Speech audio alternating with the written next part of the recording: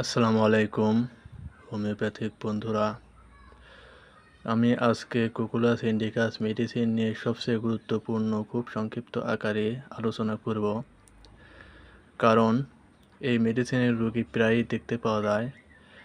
আপনারা দেখুন, বেশিরভাগ অনেক রোগী দেখা যায় যারা গাড়িতে, নৌকায়, জাহাজে উঠলে পরে বমি বমি ভাব হয়, বমি আসে, গাড়িতে বেশিক্ষণ থাকতে পারে না, অস্থির হয়ে যায়।